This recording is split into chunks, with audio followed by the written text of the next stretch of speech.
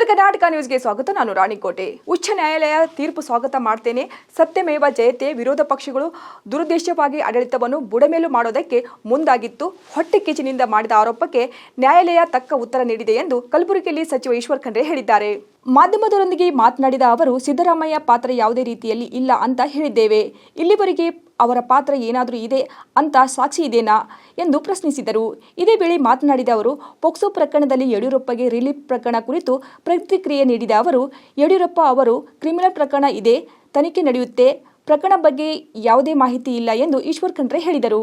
ಇನ್ನು ಯತ್ನಾಳ್ ಒಡೆತನದ ಸಿದ್ದಸಿರಿ ಫ್ಯಾಕ್ಟರಿಯನ್ನ ಬಂದ್ ಮಾಡಲು ಖಂಡ್ರೆ ಕೈವಾಡ ಆರೋಪ ಕುರಿತು ಮಾತನಾಡಿದ ಅವರು, ಯತ್ನಾಳ್ ಸುಪ್ರೀಂ ಕೋರ್ಟ್, ಹೈಕೋರ್ಟ್ ಮೊರೆ ಹೋಗಿದ್ದರು. ಸುಪ್ರೀಂ ಕೋರ್ಟ್ ಆದೇಶವನ್ನು ನಾವು ಪಾಲನೆ ಮಾಡಿದ್ದೇವೆ. ದ್ವೇಷ ರಾಜಕಾರಣ ಮಾಡೋರು ನಾವಲ್ಲ. ವಾಯು ಮಾಲಿನ್ಯ ಉಲ್ಲಂಘನೆ ಮಾಡಿದ್ದಾರೆ, ಅದಕ್ಕಾಗಿ ಬಂದ್ ಆಗಿದೆ ಎಂದು ಸ್ಪಷ್ಟನೆ ನೀಡಿದರು. ರಾಮನಗರದಲ್ಲಿ ಜೆಡಿಎಸ್ ಕಾರ್ಯಕರ್ತರಿಗೆ ಕಾಂಗ್ರೆಸ್ ಪಕ್ಷಕ್ಕೆ ಬುಲಾವ್ ವಿಚಾರದ ಕುರಿತು ಪ್ರತಿಕ್ರಿಯೆ ನೀಡಿದ ಅವರು, ಯಾವುದೇ ರೀತಿಯಲ್ಲಿ ಆಪರೇಷನ್ ಹಸ್ತ ನಡೆದಿಲ್ಲ. ಜೆಡಿಎಸ್ ಸೇರಿ ಬೇರೆ ಪಕ್ಷದಿಂದ ಅವರೇ ಬರ್ತಾರೆ, ಯಾವುದೇ ಆಪರೇಷನ್ ಮಾಡ್ತಿಲ್ಲ ಎಂದರು. ನಾನು ಸ್ವಾಗತ ಮಾಡ್ತೇನೆ.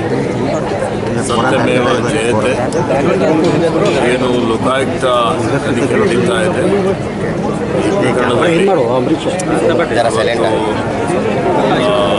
ನಾವೆಲ್ಲ ಮೊದಲಿನಿಂದ ಹೇಳ್ತಾ ಇದ್ದೇವೆ, ವಿರೋಧ ಪಕ್ಷಗಳು ದುರುದ್ದೇಶಪೂರ್ವಕವಾಗಿ ಈ ರಾಜ್ಯದ ಆಡಳಿತವನ್ನು ಬುಡಮೇಲು ಮಾಡಲಿಕ್ಕೆ ನಾವೇನು ಒಳ್ಳೆ ರೀತಿಯಿಂದ ಉತ್ತಮ ಆಡಳಿತ ಕಾಂಗ್ರೆಸ್ ಸರ್ಕಾರ ಕೊಡ್ತಾ ಇದೆ, ಅದಕ್ಕೆ ಹೊಟ್ಟೆ ಕಿಚ್ಚಿನಿಂದ ಈ ರೀತಿಯಲ್ಲೆಲ್ಲ ಆರೋಪ ಮಾಡ್ತಾ ಇದ್ದಾರೆ ಅಂತ ನಾವು ಹೇಳಿದ್ದೇವೆ.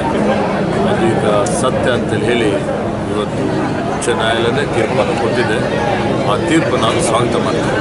ಈಗ ಆ ಕೇಸು ಕ್ರಿಮಿನಲ್ ಕೇಸ್ ಇದೆ, ಕೋರ್ಟ್ ತೀರ್ಪು ಕೊಟ್ಟಿದೆ, ಆ ಕೇಸ್ ನಡೀತು. ಮಾನ್ಯ ಸಿದ್ದರಾಮಯ್ಯನವರ ಬಗ್ಗೆ ಇವತ್ತು ಈಗಾಗಲೇ ಹೇಳಬೇಕು ಅಂತ ಹೇಳಿದರೆ, ನಾವು ಮೊದಲಿನಿಂದ ಹೇಳಿದ್ದೇವೆ ಅವರು ಯಾವುದೇ ರೀತಿಯ ಈ ಪ್ರಕರಣದಲ್ಲಿ ಅವ್ರ ಪಾತ್ರ ಇಲ್ಲ ಅಂತ ಹೇಳಿ. ಅದು ಇವತ್ತು ಸಾಬೀತಾಗಿದೆ.